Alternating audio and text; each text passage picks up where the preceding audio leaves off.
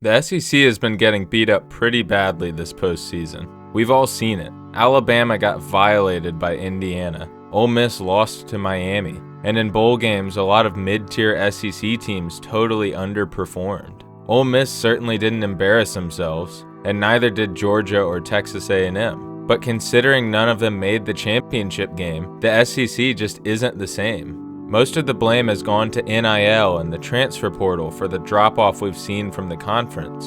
And while the changes to the college football landscape are definitely part of the issue, I don't think it's that simple. In my opinion, coaching has been the biggest failure and the biggest reason the way we view the SEC has completely changed.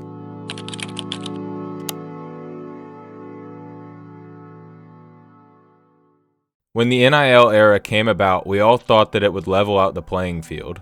And it did. Teams like Alabama and Georgia that loaded their rosters started losing a lot of their depth. Suddenly, recruiting the best out of high school wasn't giving as massive of an advantage as it used to. Instead of those players stacking year after year, they started transferring after a year or two if they didn't see the field much. A team like Georgia isn't as dominant as they were 3 or 4 years ago, right before NIL and the portal really picked up, but they're still really good every year. Other teams like Alabama have dropped off much more. The thing is, if these SEC teams still have top talent, why are they not performing like it?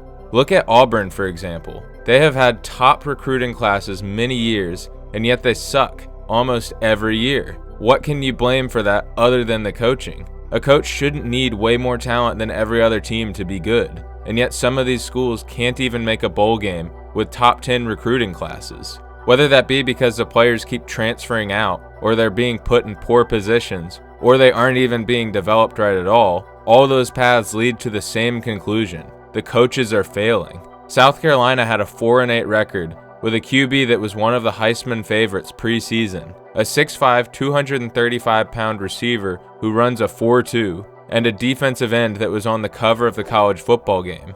The team was preseason number 13, and they sucked the entire season. They were clearly talented, but they had arguably the worst offensive coordinator in the country, combined with an offensive line that looked like it belonged in high school. Florida was preseason number 15 with many of the players from their last season returning. They had gone 8-5 and got hot to end the year. You would think that they would continue that momentum this year. Their QB was also a Heisman favorite, and they ended up only winning 4 games and losing to USF of all teams. If South Carolina didn't have the worst offensive coaching, then Napier probably took the cake. I have a pretty high opinion of Kalen DeBoer, but Alabama's performance against Indiana just showed how much of a coaching disparity there really is. Many of the players on Indiana's roster wouldn't have even been recruited to be backups at Alabama, and yet they look 1,000 times better than Alabama does. Alabama looked slower, less physical, and they gave up very early in the game. All of the teams I listed had great talent this year that could rival most other teams in the country, and other than Alabama, all the others didn't even make bowl games. Currently, who would you consider to be an elite coach in the SEC other than Kirby Smart? I'd say Sarkisian and Kiffin probably are. I thought DeBoer was elite at Washington, but I don't really think so anymore. Kirby, even though I consider him elite, currently has an offensive coordinator in Mike Bobo that I think they may not be able to win a championship with. Most of the other coaches have been awful, and that's why so many of them were fired this year. In the Big Ten, Ryan Day has proven himself. Cignetti has certainly proven himself, and I think Dan Lanning has proven himself too, even though his loss to Indiana looked pretty bad. I'd consider them 3 national championship caliber coaches. I think the SEC has 3 national championship caliber coaches as well, but they've been just a little worse than their Big Ten counterparts the last few years, and that's why the Big Ten has been better lately. I've been pretty negative about Cristobal in the past, but I've seen some stuff from him that I'm not seeing from many coaches in the SEC either. Too many teams in the SEC aren't playing with enough fire anymore. Maybe it's because coaches are afraid of scaring away their players, or maybe it's because they recruit more talented players with less heart.